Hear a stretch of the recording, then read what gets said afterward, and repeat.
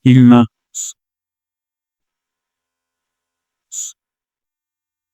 Abiru wa na'udzu billahi min sururi anfusina wa min sayyiati a'malina may yahdihillahu fala mudhillalah wa may yudlil fala hadiyalah asyhadu an la ilaha illallah wa asyhadu anna muhammadan abduhu wa rasuluh la nabiyya wa la rasula ba'da. Wassalatu wassalamu ala Muhammad wa alihi wa ashabihi wa man tabi'ahu bi ihsanin ila yaumiddin. Bapak-bapak, ibu-ibu jamaah Masjid Agung ingkang minulya, alhamdulillah kula lan panjenengan sedaya saat menika tasih diparingi oleh Allah Subhanahu wa taala nikmat sehingga kita saged ngelampahi ibadah, kita saged ngelampahi salat maghrib kanthi berjamaah, banjur kita lajengaken kalih mencari ilmunya Allah Subhanahu wa taala. Salawat salam mugi-mugi tetap tercurahkan dumateng Nabi kita Muhammad sallallahu alaihi wasallam, ugi keluarga-keluarganya, sahabat-sahabatnya, lan tiang-tiang ingkang selalu menegakkan dinul Islam sampai hari akhir. Malam menika Sabtu malam Ahad tanggal 1 November 2025 bertepatan dengan tanggal 11 Jumadil Awal 1447, kirang 4 bulan, kurang 4 bulan kita bakal memasuki Ramadan. Jadi 4 bulan dikurangi 11 hari. Kita lajengaken tafsir surat Ar-Ra'd mulai ayat 39.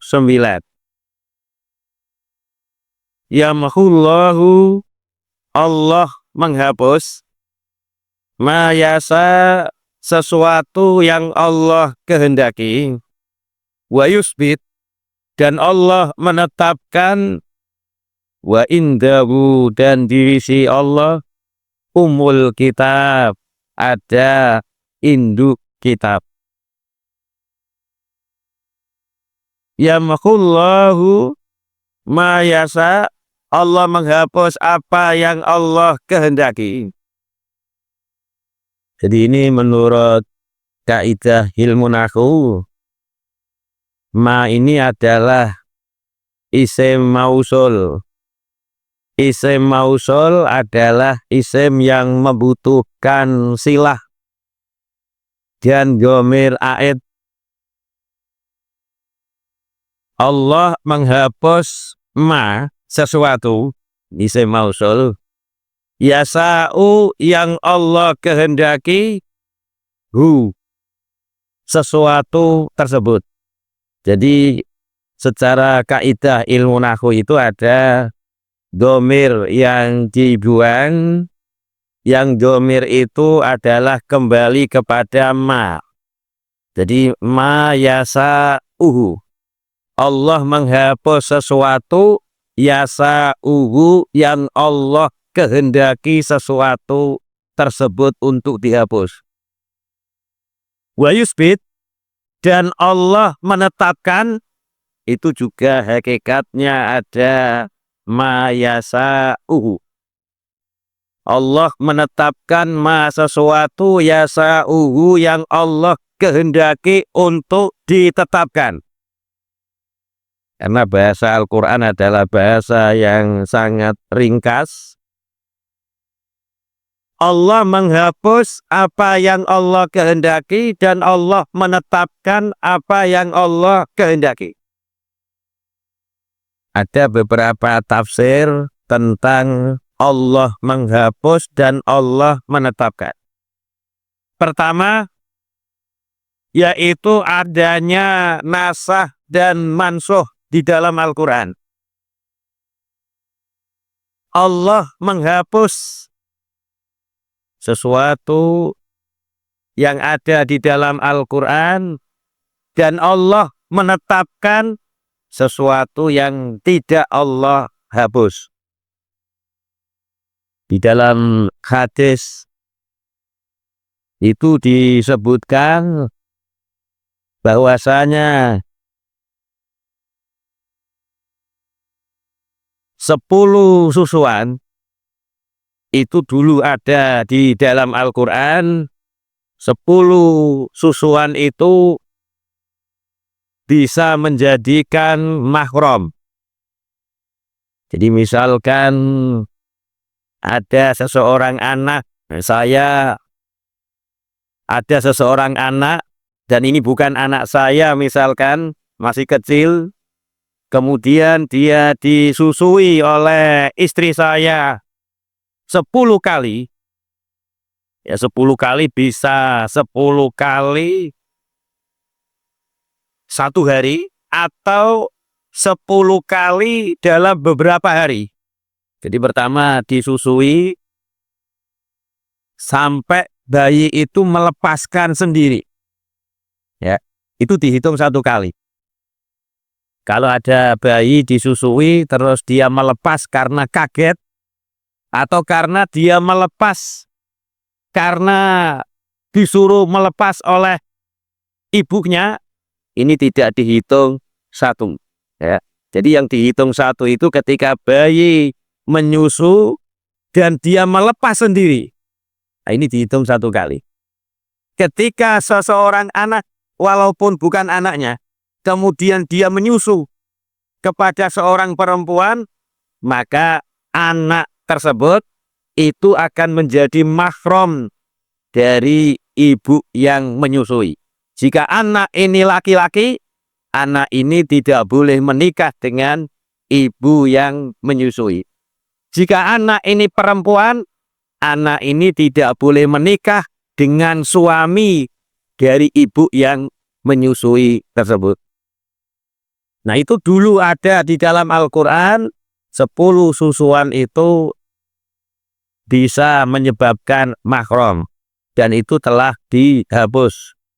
Jadi sebagian ahli tafsir itu menafsirkan Allah menghapus di dalam Al-Quran yang asalnya ada terus tidak ada, dan Allah menetapkan yang ada di dalam Al-Quran tetapi tidak dihapus, ditetapkan terus sampai di zaman kita ini.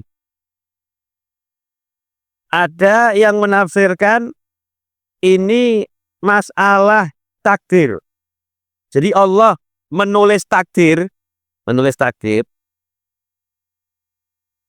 kemudian takdir ini dihapus oleh Allah dan ditetapkan sebagai penggantinya.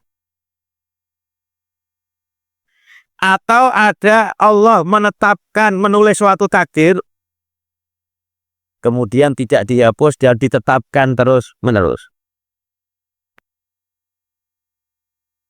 Ini apakah kemudian tulisan yang dihapus atau takdir yang dihapus ini, apakah tulisan yang ada di Lauh Mahfuz? Tidak, ya. Jadi Allah mentakdirkan, menulis untuk makhluk ini menderita sakit, misalkan menderita sakit, kemudian orang ini berobat sehingga sakitnya ini dihapus oleh Allah dan ditetapkan dia sehat. Ini di dalam takdir, bukan takdir yang ada di Lauh Mahfuz.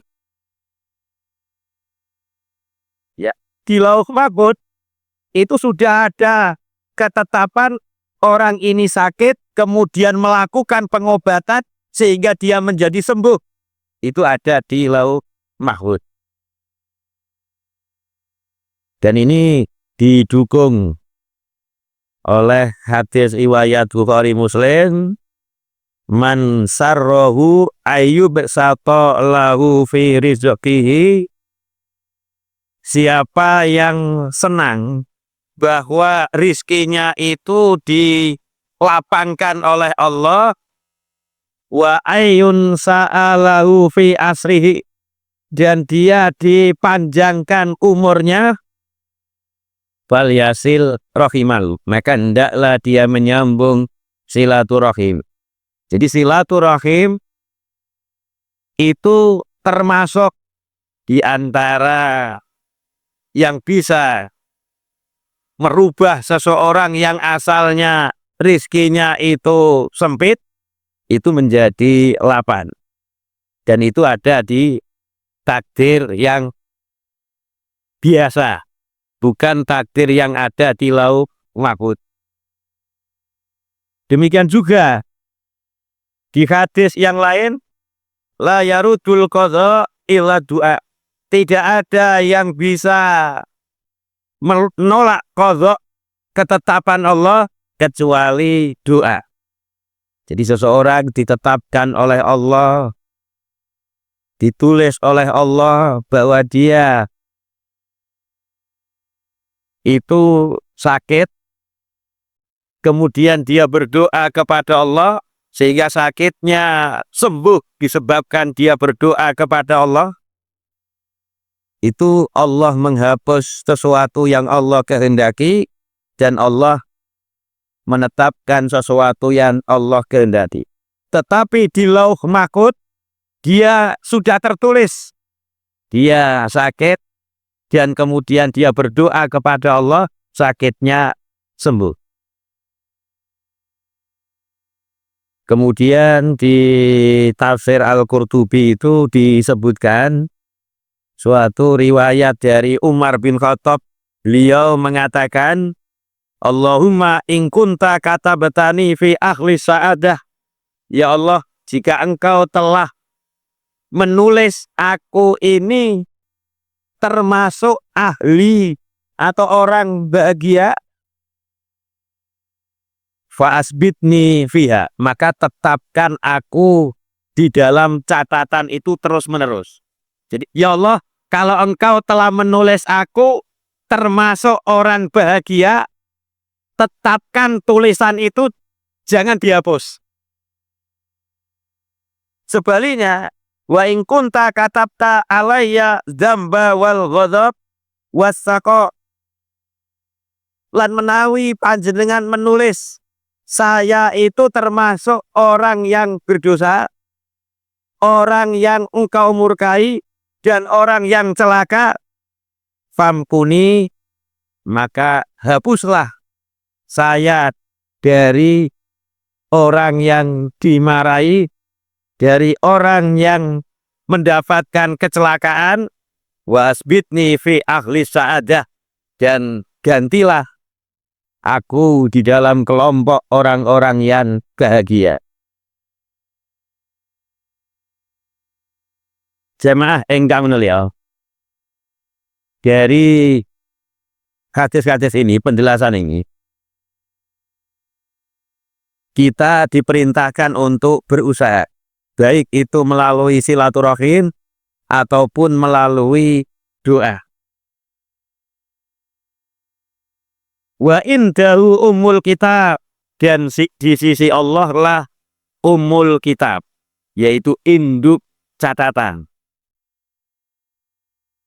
Kemudian ayat 40, wa imma nuriyannaka, dan ada kalanya kami memperlihatkan engkau Muhammad, ba'dhalladzi, sebagian sesuatu, na'iduhum, yang kami ancam mereka dengan sesuatu tersebut, au natawaffayannaka, atau kami wafatkan engkau, fa innama alaikal bala, maka fa innama, tidak lain, alaika, kewajibanmu itu, al bala, menyampaikan, wa alaika, dan kewajiban kami, al-hisab, untuk menghisab.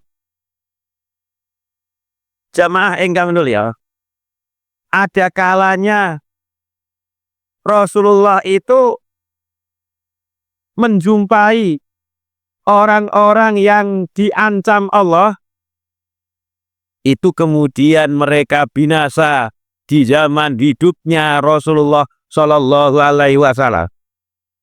Ya, misalkan wafatnya Abu Jahal di dalam peperangan Badar, ini Rasulullah menjumpai. Nah, inilah maknanya wa imma nuriyannaka ba'dzallazi na'iduru.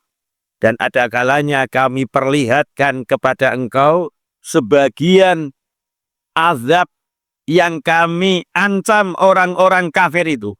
Jadi Rasulullah masih hidup, sementara orang-orang kafir yang diancam Allah itu meninggal, sehingga Rasulullah menjumpai. Dan banyak di antara tokoh-tokoh Quraisy yang menentang Rasulullah itu meninggal di dalam peperangan Badar. Au natawaffayannaka, atau kami wafatkan engkau sementara engkau tidak melihat, tidak menangi azab yang menimpa orang-orang kafir yang kami ancam orang-orang kafir tersebut dengan azab. Jadi ada kalanya Rasulullah sudah meninggal, itu baru orang kafir itu ada yang dibinasakan Allah. Fa innama alaikal balah wa alainal hisab.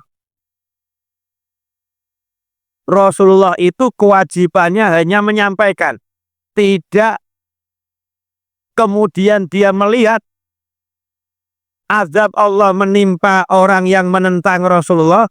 Itu tidak ada hak Rasulullah atau kewajiban Rasulullah untuk melihat orang-orang kafir yang diazab. Jadi Rasulullah hanya menyampaikan, terserah nanti orang itu diazab Allah di waktu Rasulullah masih hidup, atau orang itu diazab Allah ketika orang itu Rasulullah telah wafat. Itu bukan urusan Rasulullah. Urusan Rasulullah al-bala, hanya menyampaikan. Dan Rasulullah tidak memiliki hidayah taufik. Jadi Rasulullah tidak mempunyai kewenangan untuk memberikan petunjuk hidayah di dalam hati kepada seseorang. Maka kadang-kadang sebagian kita ada yang punya pandangan negatif ketika ada keluarga dari seorang ulama, ustadz atau kiai kemudian melakukan maksiat, mereka kemudian mencacati, mencela kepada ulama, kiai atau ustadz.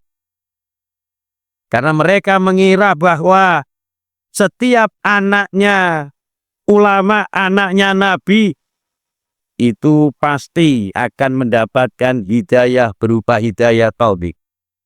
Dan seolah-olah ulama, ustadz, kiai, para rasul itu punya hak, punya kewenangan untuk memberikan hidayah taufik. Maka kita lihat Nabi Nuh, anaknya termasuk orang-orang kafir. Nabi Lut, istrinya termasuk orang-orang kafir.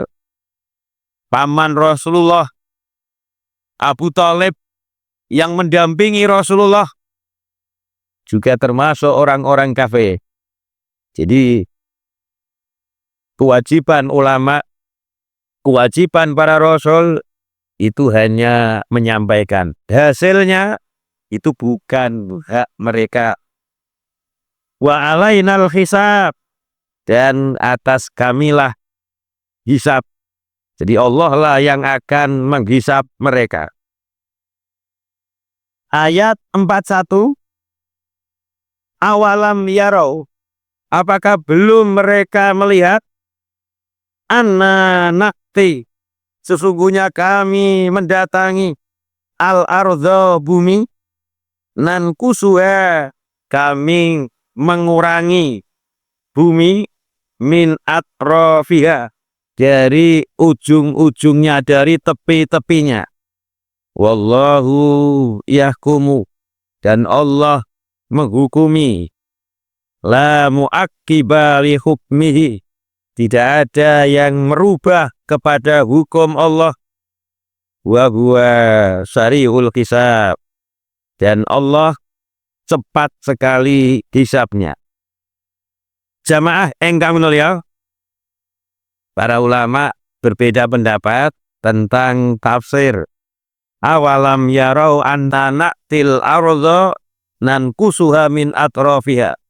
Apakah mereka tidak melihat kami telah mendatangi bumi dan kami mengurangi ujung-ujung bumi? Ini ulama berbeda pendapat. Ada yang mengatakan bahwasanya yang dimaksud ayat ini itu adalah banyaknya orang-orang yang masuk Islam, sementara bumi menjadi susut, menjadi kurang. Itu adalah bumi yang asalnya ditempati orang-orang kafir, kemudian penduduknya ini banyak yang masuk Islam, sehingga bumi itu dikurangi, disusuti. Maksudnya buminya orang kafir itu menjadi susut karena terbagi dengan tempat orang-orang yang masuk Islam. Jadi ada yang mengatakan tersebut, ya. Misalkan dulu Mekah adalah tanah atau tempat yang dihuni orang-orang kafir. Demikian juga Madinah. Kemudian Rasulullah hijrah ke Madinah, penduduk Madinah banyak yang masuk Islam, sehingga bumi orang kafir itu yang asalnya Madinah semuanya menjadi susut. Yang demikian juga Mekah yang asalnya dihuni orang-orang kafir, ketika Mekah ditaklukkan Rasulullah, maka Mekah menjadi penduduknya orang-orang mukmin, sehingga bumi itu, buminya orang kafir itu dikurang. Ada yang mengatakan bahwasanya bumi susut itu karena sebagian dari bumi itu ada ya terkena bencana, sehingga bumi itu menjadi susut, seolah-olah berkurang tempatnya karena tidak bisa dihuni.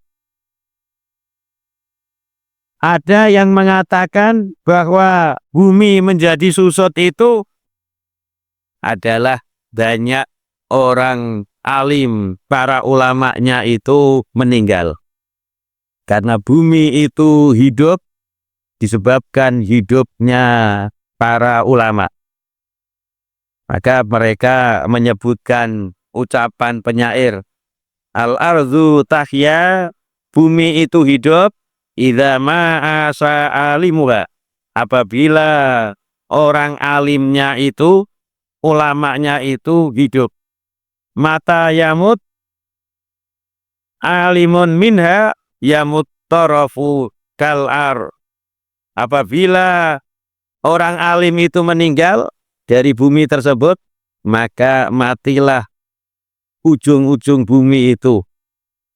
Jamaah engkang mulia, jadi yang menyebabkan bumi ini berkah itu karena adanya para ulama. Jadi ketika ada para ulama kemudian mengajarkan ilmu-ilmu Allah, maka menjadi berkahlah bumi. Tapi ketika ulamanya meninggal, maka susutlah bumi. Dalam arti susut itu keberkahan dari bumi tersebut itu susut. Dan Allah menghukumi. Jadi Allah menghukumi atau menetapkan suatu hukum, baik hukum yang bersifat takdir atau hukum yang bersifat syariat. La mu'aqqiba li hukmihi, tidak ada yang bisa merubah hukum Allah. Jadi yang dimaksud di sini kalau misalkan hukum takdir itu adalah takdir yang ada di umul kita Lauh Mahfuz yang sudah ditulis sejak sebelum penciptaan langit dan bumi, itu tidak berubah. Kalau yang dimaksud hukum di sini itu adalah hukum syariat. Jadi misalkan orang yang berzina, bagi yang berzina itu adalah orang yang belum menikah, maka hukumannya adalah dicambuk 100 kali dan diasingkan atau dipenjara 1 tahun. Atau kalau yang berzina itu adalah orang yang sudah pernah berkeluarga, baik yang masih berkeluarga ataupun yang sudah tidak berkeluarga karena cerai atau karena mati, maka hukumnya adalah dengan dirajam. La mu'aqqiba li hukmihi, tidak bisa, tidak ada orang yang punya hak untuk mengganti hukum Allah. Jadi walaupun di Indonesia tidak ditetapkan hukum zina dengan dicambuk 10 kali, 100 kali, atau dirajam bagi yang sudah berkeluarga, maka hukuman Indonesia atau hukuman yang dibuat manusia itu tidak bisa menggantikan hukum yang telah Allah tetapkan. Wa huwa sari'ul hisab, dan Allah itu sangat cepat hisabnya. Jadi ada yang mengatakan sangat cepat hisabnya itu adalah ketika seseorang melakukan sesuatu, hisab perhitungannya itu Allah sudah ada. Jadi kadang-kadang manusia untuk menghitung sesuatu membutuhkan waktu yang sangat lama, tapi Allah perhitungannya sangat cepat. Ayat yang selanjutnya, ayat 42. Wa qad makarul ladzina min qablihim, dan sungguh telah membuat makar atau tipu daya orang-orang dari sebelum mereka. Walillah, maka kepunyaan Allah lah. Al-makru, tipu daya itu jami'an semuanya.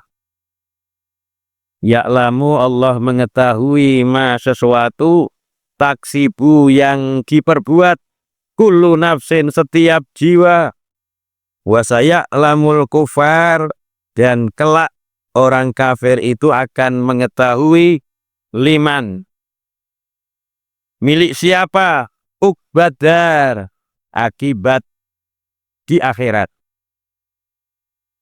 Dan sungguh orang-orang kafir dari sebelum mereka, dari sebelum Rasulullah, itu membuat makar.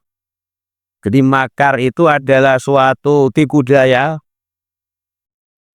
Seseorang membuat rencana, dan rencana ini itu rencana yang menguntungkan dirinya dan menghancurkan yang lain. Jadi makar itu suatu rencana yang rencana ini melanggar syariat. Itu makar. Orang yang membuat makar, membuat tipu daya, itu seolah-olah rencana ini itu akan menghasilkan keuntungan kepada dirinya. Padahal ketika mereka membuat makar, Allah juga membuat makar. Sehingga rencana mereka membuat tipu daya tersebut yang seolah-olah untuk menguntungkan dirinya, ternyata justru rencana itu adalah menghancurkan dirinya. Banyak sekali di dalam ayat-ayat Al-Quran, wa makaru, dan mereka membuat makar, tipu daya. Wa makarallah, dan Allah juga membuat tipu daya. Ketika seseorang membuat tipu daya, Allah langsung membuat tipu daya. Sehingga tipu daya mereka yang seolah-olah menguntungkan dirinya atau menghancurkan orang lain, itu justru akan menghancurkan dirinya. Wallahu khairul makiri.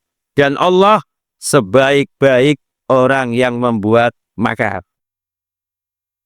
Di dalam surat Ibrahim bahkan disebutkan, waqad makaru makrahum, dan sungguh mereka itu membuat makar. Wa indallahi makruhum, sedangkan di sisi Allah itu makar mereka. Jadi Allah sudah tahu bagaimana makar mereka itu akan menghancurkan diri mereka.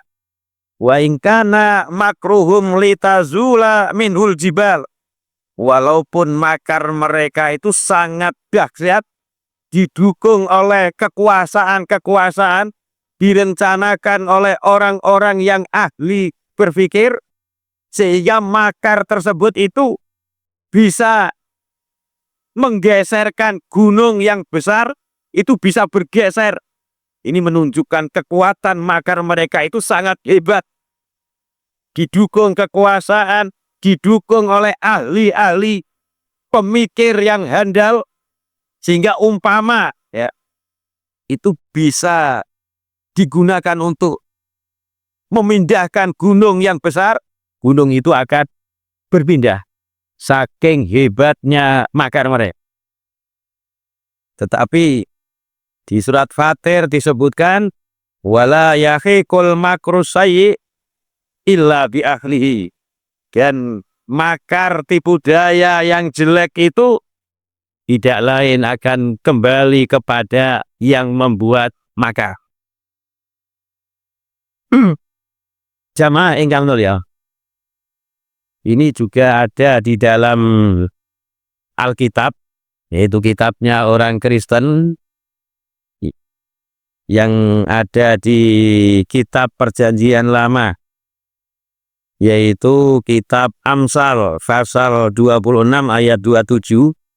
Ini disebutkan, ini saya catat dan saya ambil di dalam Alkitab yang saya punyai. Jadi saya punya Alkitab, yaitu kitabnya orang Kristen. Itu ada berbunyi hampir sama ya. Siapa menggali lubang akan jatuh ke dalamnya. Jadi siapa menggali lubang supaya orang itu jatuh ke dalam lubang tersebut, ternyata dia sendiri yang akan jatuh ke dalam lubang itu. Ini di dalam tafsir As-Sa'labi ada seorang tabi'in namanya Ka'ab al-Ahbar. Beliau mengatakan, qara'tu fit Taurat. Di dalam Taurat itu aku menemukan, ini karena Ka'ab ini seorang pendeta Yahudi, ya, seorang pendeta Yahudi. Dia mengatakan di dalam kitab Taurat itu berbunyi, man kafara khufratan waqa'a fiha. Siapa yang menggali suatu lubang, waqa'a fiha, dia akan jatuh di dalamnya. Di zaman Ka'ab al-Ahbar itu ya Alkitab, kitab Taurat itu bahasa Arab. Kemudian Ibnu Abbas mengatakan, ana ujitu laka dzalika fil Quran. Saya juga mendapati di Al-Quran itu juga ada. Kemudian Ibnu Abbas mengatakan di dalam ayat ini, ya, menyebutkan di ayat atau surat Fatir ayat 43, wala yahiqul makru sayyi illa bi'aqlihi. Dan makar atau rencana yang jelek tidak akan menimpa kecuali orang yang melakukannya.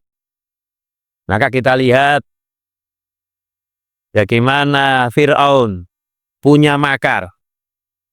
Apa makarnya Fir'aun? Yaitu membunuh anak laki-laki Bani Israel karena dia diberitahu oleh dukun bahwa kerajaannya akan dihancurkan oleh laki-laki dari Bani Israel. Maka apa? dibunuhlah setiap perempuan Bani Israel hamil akan diawasi. Kalau anaknya laki-laki akan dibunuh. Tetapi makar mereka bagaimana dengan makar Allah? Ternyata justru orang yang akan menghancurkan kerajaannya itu justru dirawat oleh Fir'aun sendiri. Dan justru yang dibunuh-bunuh itu, anak laki-laki itu justru anak-anak yang tidak berbahaya. Ini di luar nalar manusia. Ketika Fir'aun punya tipu daya seperti itu, tipu dayanya Allah akan muncul langsung. Coba kita bayangkan. Dia menginginkan membunuh anak laki-laki itu supaya kerajaannya kekal. Tidak dihancurkan oleh anak laki-laki Bani Israel. Tapi ternyata yang dibunuh itu justru bukan anak-anak yang berbahaya. Anak yang berbahaya ini justru diasuh, dirawat oleh Fir'aun itu sendiri. Ini oleh para ulama, ini suatu seni dari takdir Allah. Begitu indahnya takdir Allah.